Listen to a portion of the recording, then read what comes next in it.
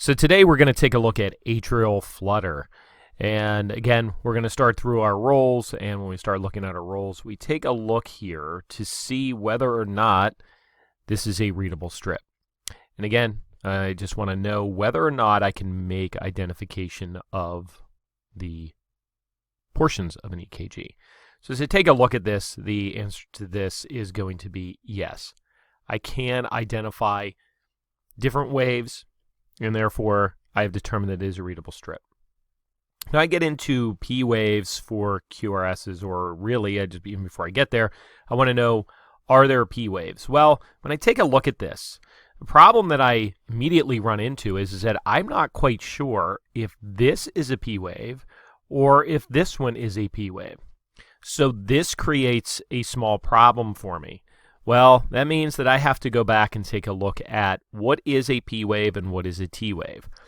So one way that I have always tried to remember this is that, first off, remember that the T wave represents the repolarization of the ventricles, so therefore it is bigger. And therefore it's going to be either more peaked or it's going to take longer for it to actually occur. So it almost looks like a mountain type deal. If you're talking about a P wave, which is representing the atria depolarization, that means that I am looking at a smaller, more round type shape.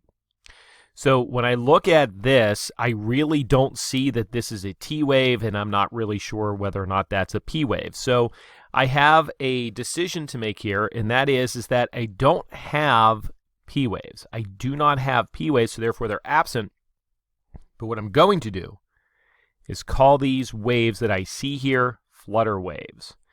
Now, a lot of times people are going to tell you that in an atrial flutter, if you take a look at these waves here, that they are representing or appear to represent like a picket fence type thing. I never really saw it in that aspect. I think it looks more like a saw, so if I were to turn this upside down, it would start to show me that this is more of a saw, right? So if I turn this around, it would give me the impression that this almost looks like a saw blade. So that is all related to the way that these waves are going to appear in this area. So we're going to clear out some things here. Now I get into asking the question, is there a P wave for every QRS? I can't answer that because, again, we're now calling these flutter waves. QRS for every P, I cannot answer that either because, again, they're flutter waves. So therefore, I'm not going to have a PR interval. I'm not going to have any type of, well, this part I could probably say, is it consistent? Now, I want to come back to this in two aspects. One is that, is it consistent? Meaning that if I take a look at this, is it consistent and is it regular? So we're going to take a look at this in the aspect just with our calipers. So let me pull our calipers in. And if I move my calipers here, what you will notice is that they pretty much end up the exact same spot each time. Okay, so I'm going to move this. Now, just for simplicity's sake, let me draw a little line right here.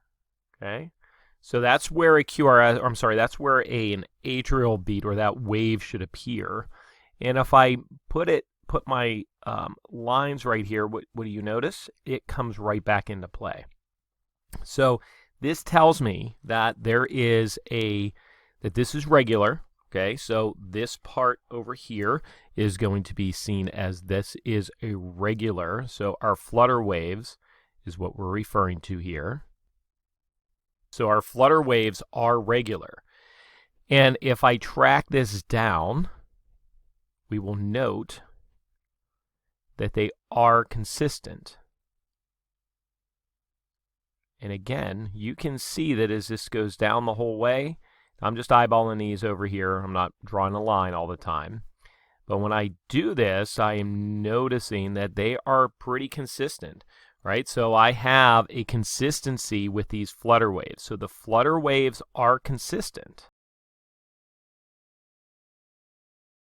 So the flutter waves are consistent. That becomes something that is important to us. And now we know that because it's consistent. The fluttering that is occurring in the atria is happening all the time. This rate we're now going to be able to measure. So we can take a look at measuring our atrial rate, and again, we already measured this F to F wave, right? We're doing a flutter wave. So we're just going to bring this up here, and you will notice that I have one block that is here, and my next QRS complex is going to be, my next F wave is going to be right here. So here's where the first one is, and this represents 300. So this tells me that my atrial rate is at 300. Now, normally when we start taking a look at these things, atrial rates usually for an atrial flutter are somewhere between 250 and 300. This is something that is pretty consistent. But what you notice is that this is regularly occurring all the time. The atria are firing at 300 times a minute the entire time through this 6-second strip.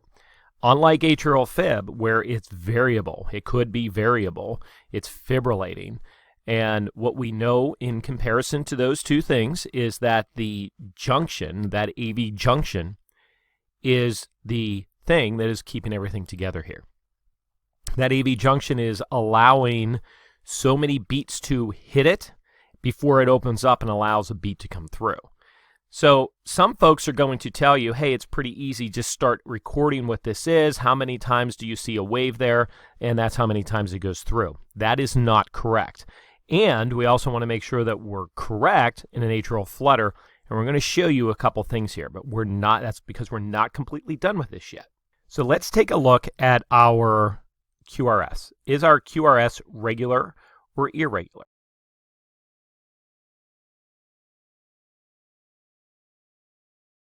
So when I check this out, they're regular, they're following in a consistent pattern.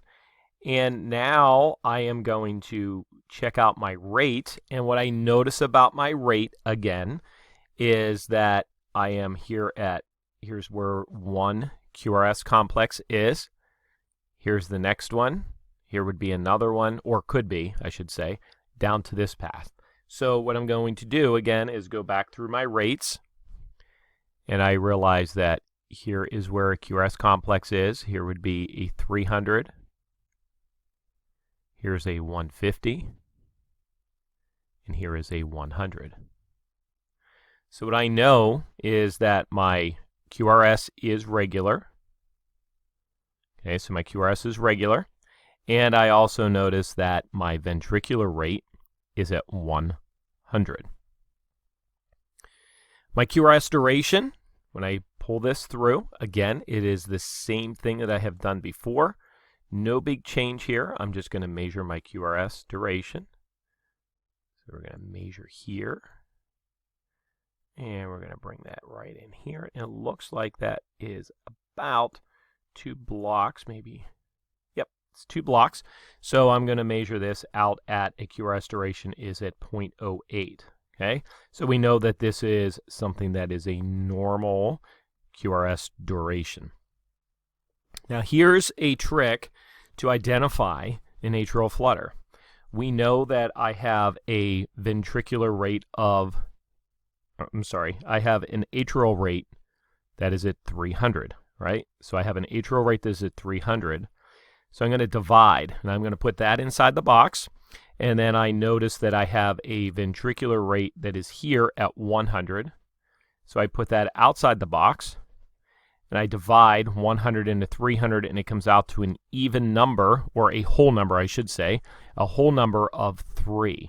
When that occurs, this is usually what you're going to find as a great way to determine that this is a 3-to-1 conduction, meaning that the atria are firing at 300 times to the 100 times of the ventricle. Means that for every 3 beats that are being fired, the ventricles are only firing 1 time. So this is meaning, this does mean that the AV junction is working and is the one who is running the show here. Okay, so this tells us that that AV junction is helping us out. Now, There's a lot of people that will tell you that you cannot have an irregular atrial flutter. That is not correct. You can have a change with that AV junction. What you could have is that at times you may have these flutter waves that are going here. You're seeing that it's a 3-to-1, right? So this is 3-to-1. Other times you may find that there may be a 4-to-1. So it can change, and your conductions can change in real time. They're changing in front of you. So conductions can change.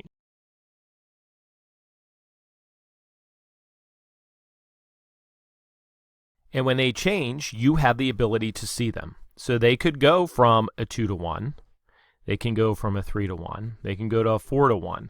It is tough to see a 1-to-1 because that's pretty darn fast. I mean, you're talking about a rate of somewhere around 250 to 300 with a ventricle. So that's kind of one that we circle. There's question marks in there, and we usually cross it out.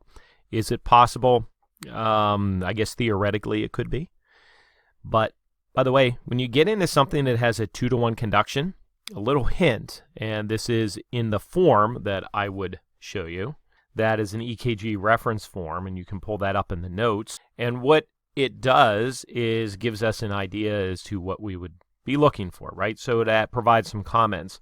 When you get into a 2-to-1, you need to consider that if I have a very hard baseline to find, and it is regular, meaning that everything is regular, and it goes between the rate of 140, a ventricular rate of 140 to 160, consider it to be atrial flutter. So if we consider that to be atrial flutter, that usually means that if it's between the rate of 140, ventricular rate between 140 and 160, that tells us that we're probably dealing with an atrial flutter. Okay, this was the basics of an atrial flutter. I'm sure later on I'll probably make a couple more videos just to give you the idea of how you can look at these things. Again, 2-to-1, 3-to-1, 4-to-1 type issue, or looking at one that is a variable, the variable conduction rates. Hope this was helpful.